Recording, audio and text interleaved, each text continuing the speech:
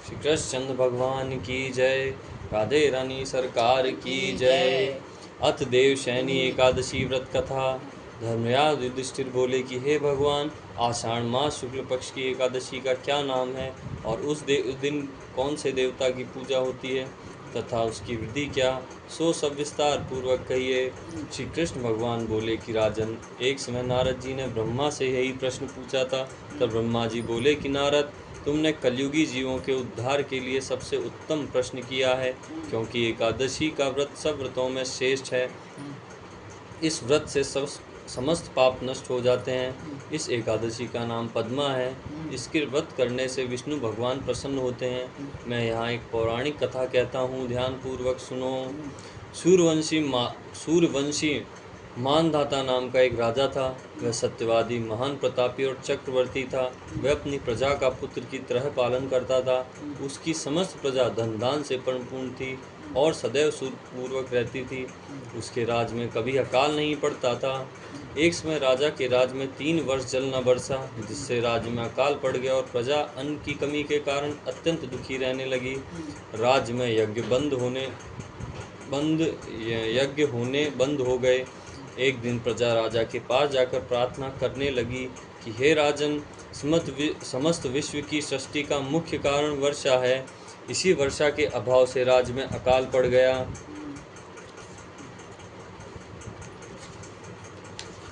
गया है और अकाल पड़ने से प्रजा मर रही है। हे राजन, आप कोई ऐसा उपाय बतलाइए जिससे हम लोगों का दुख दूर हो। इस पर राजा मानधाता बोला कि आप लोग ठीक कह रहे हैं, वर्षा होने से आप लोग बहुत दुखी हैं। राजा के पापों के कारण ही प्रजा को दुख भोगना पड़ता है। मैं बहुत सोच विचार कर रहा हूँ, फिर मुझे अपना कोई दोष नहीं दिखलाई दे रहा। आप लोगों के दुख दूर करने के लिए मैं बहुत यत्न कर रहा हूँ। ऐसा कहकर मानदाता भगवान की पूजा कर कुछ मुख्य आदमियों को साथ लेकर वन को चल दिया। वहाँ वह ऋषियों के आश्रम में घूमते घूमते अंत में वहमा के पुत्र अंगिरा ऋषि के आश्रम पर पहुँचा। उस स्थान पर राजा रथ से उतरा और आश्रम में आया। यहाँ मुनि अत्रि नित्य कर्म से निवृत्त हुए थे और राजा ने उनके सन्मुख प्रणाम किया और मुनि ने उनको आशीर्वाद दिया। फिर राजा से बोले कि हे राजन, आप कुशल पूर्वक हैं तथा आपकी प्रजा भी कुशल पूर्वक होगी। आप इस स्थान पर कैसे पधारे हैं, सो कहिए। राजा बोला कि हे महर्षि, मेरे राज्य में 3 वर्ष से वर्षा नहीं हो रही, इससे अकाल पड़ा गया है और प्रजा दुख भोग रही है। राजा के पापों के कारण से ही प्रजा को कष्ट मिलता है, ऐसा शास्त्रों में लिखा है। मैं धर्मानुसार राज्य करता हूँ, फिर यह अकाल कैसे पड़ गया, इसका मुझे अभी तक पता न लग सका। अब मैं आपके इसी संदेश की निवृत्ति के लिए आया हूँ। आप कृपा कर मेरे इस संदेह को दूर कीजिए और प्रजा के कष्टों को दूर करने के लिए कोई उपाय बतलाइए। इस पर वह ऋषि बोले कि हे राजन, सतयुग सब युगों में श्रेष्ठ है। इसमें धर्म के चारों चरण सम्मिलित हैं। इस युग में ब्राह्मणों को तपस्या करना तथा वेद पढ़ने का ही अधिकार है, परंतु आपके राज्य में एक शूद्र भी तपस्या कर रहा है। इसी दोष के कारण आपके राज्य में वर्षा नहीं हो रही। यदि आप प्रजा का भला चाहते हैं तो उस शूद्र को मार दीजिए। इस पर राजा बोले, हे मुनिवर, मैं उस अपराध तपस्या करने वाले शूद्र को नहीं मार सकता। आप इस दोष से छूटने का कोई अन्य उपाय बतलाइए। तब ऋषि बोले कि हे राजन, यदि तुम ऐसा ही चाहते हो तो आषाढ़ मास के शुक्ल पक्ष पद्मा एकादशी का विधि पूर्वक व्रत करो।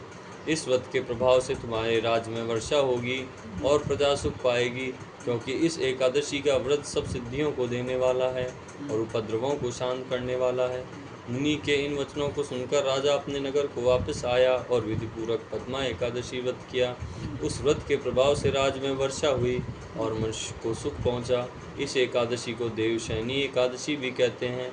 इस व्रत के करने से विष्णु भगवान प्रसन्न होते हैं। अतः मोक्ष की इच्छा करने वाले मनुष्यों को इस एकादशी का व्रत करना चाहिए।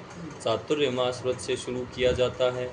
कुंती पुत्र युधिष्ठिर बोले कि हे भगवान, विष्णु भगवान का शयन व्रत किस प्रकार किया जाता है, सो सब कृपा पूर्वक कहिए। श्री कृष्ण बोले कि हे राजन, अब मैं आपको विष्णु के शयन का व्रत कहता हूँ। अब आप ध्यान पूर्वक सुनिए। जब सूर्य नारायण कर्क राशि में स्थित हों तब विष्णु भगवान को शयन करना चाहिए और सूर्य नारायण के तुला राशि के आने पर भगवान को उठाना चाहिए। लौंद अधिक माह के आने पर भी विधि इस प्रकार रहती है। इस विधि से अन्य देवताओं को शयन न कराना चाहिए। आषाढ़ मास के शुक्ल पक्ष की एकादशी का विधि पूर्वक व्रत करना चाहिए। उस दिन विष्णु भगवान की प्रतिमा बनानी चाहिए और चातुर्मास व्रत नियम से करना। सबसे प्रथम उस प्रतिमा को स्नान कराना चाहिए, फिर सफ़ेद वस्त्रों को धारण कराकर तकिएदार शैया पर शयन कराना चाहिए। भगवान का पूजन शास्त्र ज्ञाता ब्राह्मणों के द्वारा कराना चाहिए। तत्पश्चात भगवान विष्णु की इस प्रकार स्तुति करनी चाहिए। हे भगवान, मैंने आपको शयन कराया है, आपके शयन से संपूर्ण विश्व सो जाता है। इस तरह विष्णु भगवान के सामने हाथ जोड़कर प्रार्थना करनी चाहिए। हे भगवान, आप जब 4 मास तक शयन करें तब तक मेरे इस चातुर्मास व्रत को निर्विघ्न रखें। इस प्रकार विष्णु भगवान की स्तुति करके शुद्ध भाव से मनुष्यों को धातुनादि के नियम को ग्रहण करना चाहिए। विष्णु भगवान के व्रत को शुरू करने के 5 काल वर्णन किए हैं। देवशयनी एकादशी से लेकर देवोत्थानी एकादशी तक चातुर्मास व्रत को शुरू करना चाहिए। द्वादशी पूर्णमासी अष्टमी या संक्रांति को व्रत प्रारंभ करना चाहिए और कार्तिक मास के शुक्ल पक्ष की द्वादशी को समाप्त कर देना चाहिए। इसके व्रत से समस्त पाप नष्ट हो जाते हैं। जो मनुष्य इस व्रत को प्रतिवर्ष करते हैं वह सूर्य के समान दैदीप्यमान विमान में बैठकर विष्णुलोक को जाते हैं। बोलो विष्णु भगवान की जय हो। हे राजन, अब आप इसका पृथक पृथक फल सुने। जो मनुष्य देव मंदिरों में रंगीन बेल बनाता है उसे 7 जन्म तक ब्राह्मणों की योनि मिलती है। जो मनुष्य चातुर्मास के दिनों में विष्णु भगवान को दही, दूध, घी, शहद और मिश्री के द्वारा स्नान कराता है वह वैभवशाली होकर सुख भोगता है। जो मनुष्य श्रद्धापूर्वक भूमि, स्वर्ण, दक्षिणा आदि ब्राह्मणों को देता है वह स्वर्ग में जाकर इंद्र के समान सुख भोगता है। जो विष्णु भगवान की स्वर्ण प्रतिमा बनाकर धूप, दीप, पुष्प, नैवेद्य आदि से भगवान की पूजा करता है वह इंद्रलोक में जाकर अक्षय सुख भोगता है। जो मनुष्य चातुर्मास के अंदर नित्य प्रति तुलसी जी भगवान को अर्पित करता है या स्वर्ण की तुलसी अर्पित करता है वह स्वर्ण के विमान पर बैठकर विष्णुलोक को जाता है। जो मनुष्य विष्णु भगवान की धूप दीप से पूजा करते हैं उनको अनंत धन मिलता है। जो मनुष्य इस एकादशी से कार्तिक के महीने तक विष्णु की पूजा करते हैं इनको विष्णुलोक की प्राप्ति होती है। इस चातुर्मास व्रत में जो मनुष्य संध्या के समय देवताओं तथा ब्राह्मणों को सोने के दान में वस्त्र देते हैं वह विष्णुलोक हो जाते हैं। जो मनुष्य भक्तिपूर्वक भगवान का चरणामृत लेते हैं वह इस संसार के आवागमन के चक्र से छूट जाते हैं। जो मनुष्य मंदिर में नित्य प्रति 108 बार गायत्री मंत्र का जाप करते हैं वह पापों में लिप्त नहीं होते। जो मनुष्य पुराण तथा धर्मशास्त्र को सुनते हैं और वेदपाठी ब्राह्मणों को वस्त्रों का दान करते हैं वे दानी, ज्ञानी और कीर्तिमान होते हैं। जो मनुष्य भगवान या शिव जी का स्मरण करते हैं वे पापों से रहित होकर गुणवान बनते हैं। जो मनुष्य सूर्य नारायण को अर्घ्य देते हैं और वह समाप्ति में गोदान करते हैं उनकी पूरी आयु को स्वस्थ देह प्राप्त होती है तथा कीर्ति, धन और बल पाते हैं। चातुर्मास में जो मनुष्य गायत्री मंत्र द्वारा तिल से होम करते हैं और चातुर्मास समाप्त हो जाने पर तिल का दान करते हैं उसके समस्त पाप नष्ट हो जाते हैं और निरोगी शरीर मिलता है तथा सुपात्र संतान होती है। जो मनुष्य चातुर्मास व्रत में अन्न से होम करते हैं और समाप्त हो जाने पर घी, घड़ा और वस्त्रों का दान करते हैं वह ऐश्वर्यशाली होते हैं।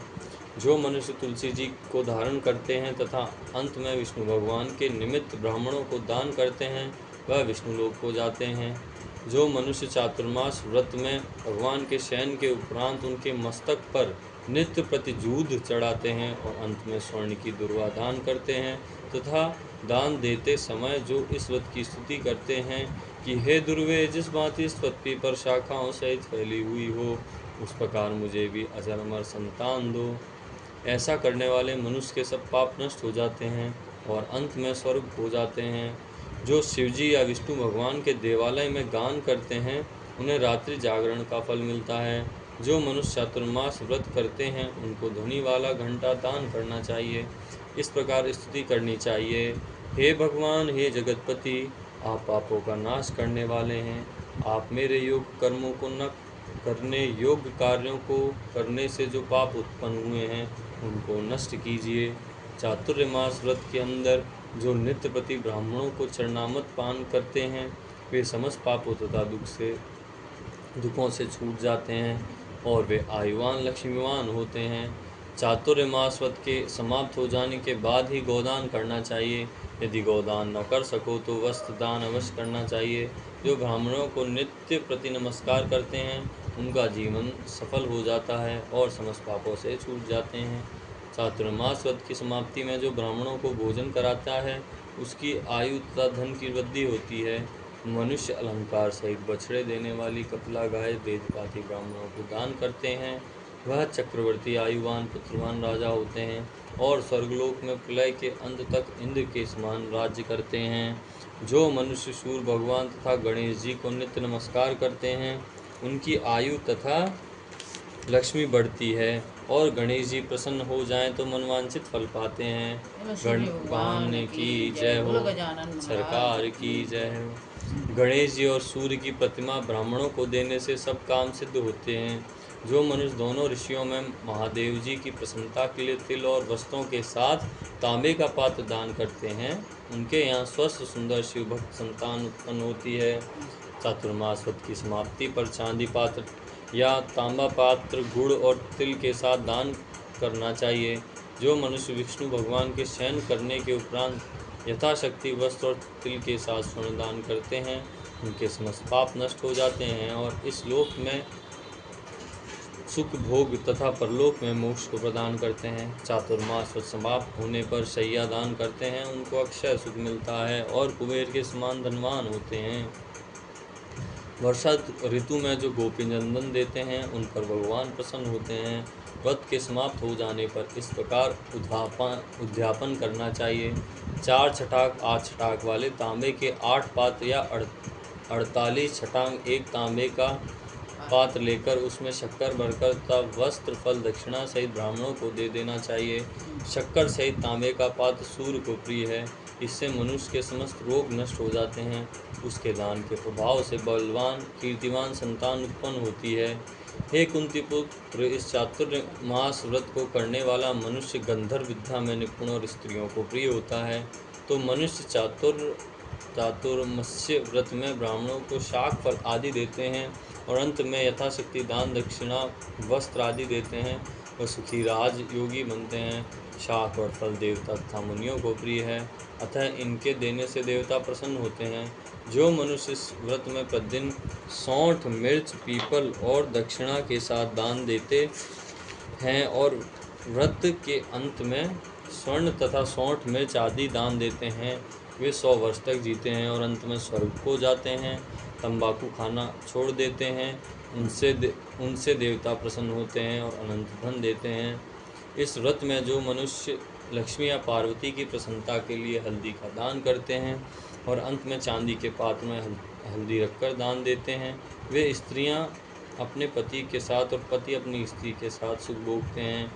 इससे उन्हें सौभाग्य अक्षय धन तथा सुपात्र संतान मिलती है और उनकी देवलोक में पूजा होती है।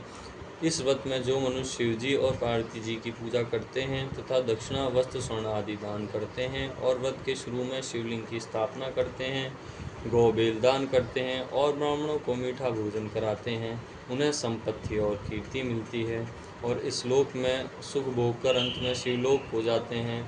इसमें वामन भगवान की प्रसन्नता के लिए ब्राह्मणों को दही से युक्त भात खिलाना चाहिए। यदि वह नित्य न हो सके तो अष्टमी अमावस पूर्णमासी और प्रत्येक रविवार या शुक्रवार को खिलाना चाहिए। इस व्रत की समाप्ति में भूमिदान करना चाहिए। यदि भूमिदान न हो सके तो वस्त्र और स्वर्ण से युक्त पादुका का दान करना चाहिए।